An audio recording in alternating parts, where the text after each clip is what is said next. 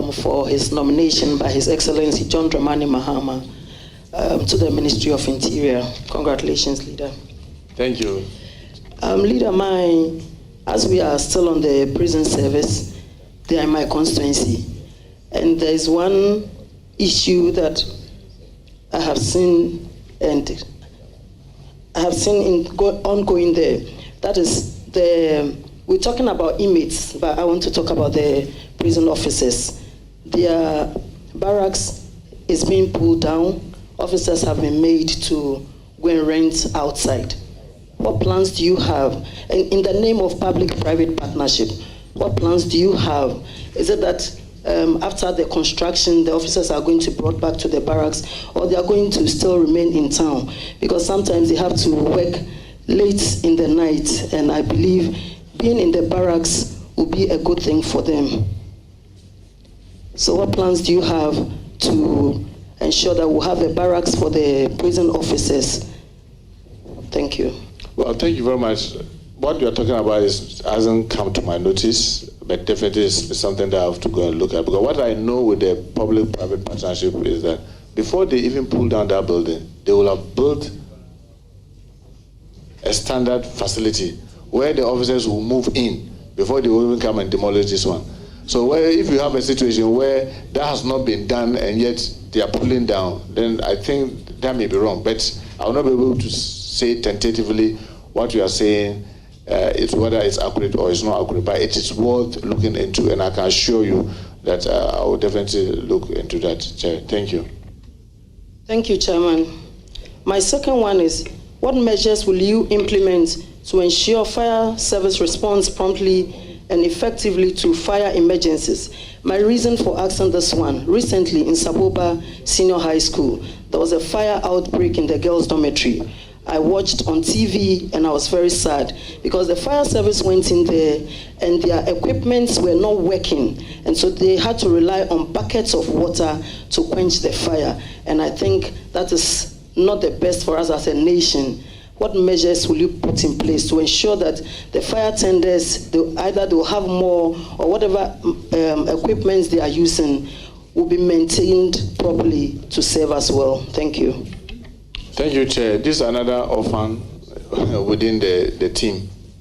In the team that I'm going to be part, this is one of the serious orphans.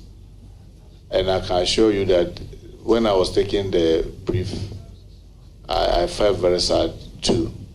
And it's an area that, Mr. Chair, I'll pay a lot of attention to. Because as all of us know, just as fire is good to cook, fire is also good to destroy. And the bottom line is that, I'm sorry to say this, Chair, all of us just think that God will take care of emergencies. God will take care of the negative things. Once every morning we wake up and we pray, everything will be okay. We do not just don't want to follow through with our strategy of what if there's fire, what do we do? And Mr. Chairman, with a greater respect, I've been in this house for over 2 decades. And even this room, I've started to do this, the assignment that you are doing severally.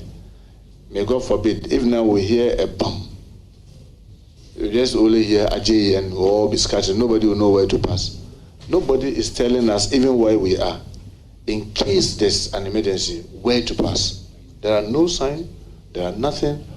Most of the extinguishers that you may see around, are they really working? Nobody knows. Until there's fire, then you go and lift it and realize that it is empty.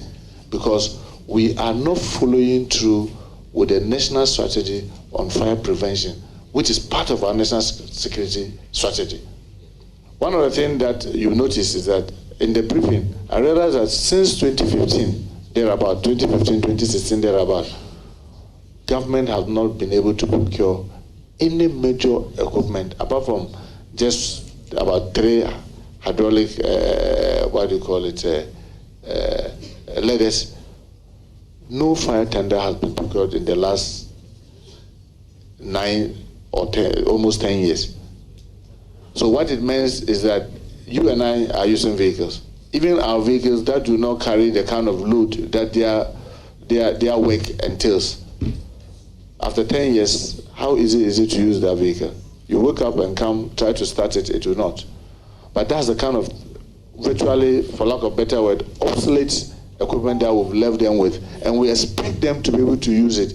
And sometimes, unfortunately, with the citizen, out of emotions, we try to even beat the fire hostess because they've run to the place, then they are trying to start their gadget, it's not working, and then we say, you see, the fire is going on, look at what the fire service guys are doing. I can bet you, they are also not happy with the kind of equipment, but that is what they have. And because they are obsolete, the time that you need it, that's when it fails. But one of the things that, by the grace of God, as part of the team, I will be doing, together with His Excellency, to be able to meet His Excellency's John Dramani Mahama's vision for the Ghana National Fire Service, is to ensure that we retool them, just as we stated it in our manifesto on page 186, thereabout. We retool them, we'll make sure that they have the necessary equipment so that they'll be able to protect us when the need comes. Look at the kind of market fires that we are having. It's so sad that the markets are built because they are with the local authority. They just don't care about fire certificates. Many of us here, people come to my house and when they see the fire tent, they say, hey, now this one too, what is that? Is it not spoiling the beauty of the house? You are talking about your safety, and you are talking about beauty. So I think that all of us need to be very conscious and mindful. But I can assure you that, honorable colleague, this is an area that has been left as an orphan, and will definitely. And the sad thing is that with them, there's very little IGF they can raise. So it makes it more difficult for them. But by the grace of God, when this committee approves my nomination and I get to the ministry to join the team, we'll give it our very best to retool them so that they'll be able to protect all of us. Thank you, Chair. Thank you very much. I recognize a follow-up question from Jerry Shai. Thank you very much, Mr. Chair. Honorable Muntaka, congratulations. Thank you.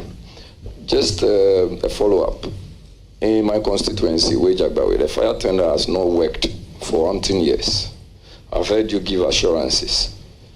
But I'm also thinking, do they get risk allowance?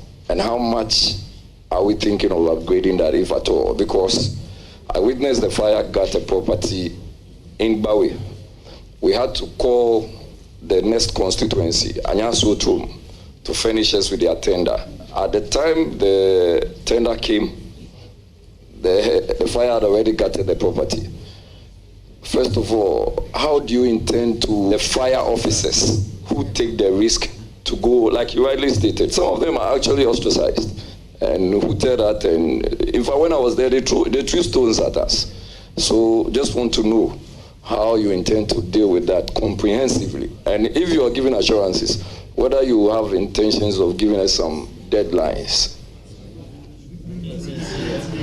Mr. Chairman, I really wish I could give a deadline. And Mr. Chairman, because of members, let there be order so that we can take the answer. Thank you, Mr. Chair. Mr. Chair, I really wish I could give assurance and even give timelines. And believe me, the timeline I will have been yesterday, because these are institutions that are really suffocating. And I'm very happy that you brought a very important aspect of their challenge, the risk. Officers are dying because of inhalation of substance, smoke and what have you. Sometimes they get bent. Sometimes they fall and get injured. And when they do this to protect us, we don't even forget that we need to even take care of them. If you care to know, the Ghana National Fire Service do not even have a clinic of their own. They fall on the Ghana Police and the Ghana Health Service. And sometimes the bills, because of the refund bill, the delay in releases, these hospitals do not even want to receive them. So imagine a fire officer wakes up from his house, just like you and I have done, come to work, go to risk his or her life to try to protect us, then he or she gets injured. We don't have a facility to take care of him or her. They try to go and borrow money to get other help in other places. It takes months for us to refund. So one of the things that I can assure you is that because we have part of the national security strategy, we have a strategy for prevention of fire at the fire service that encapsulate almost all these things that are in there. Like the answer that I gave earlier, I will ensure that we follow through. The team members, everybody should follow through with what is in the strategy. Because if we follow the strategy, we will not be sitting here talking about some of the things because those answers will come by themselves. So that's the assurance that I can give you. Thank you, Mr. Chair.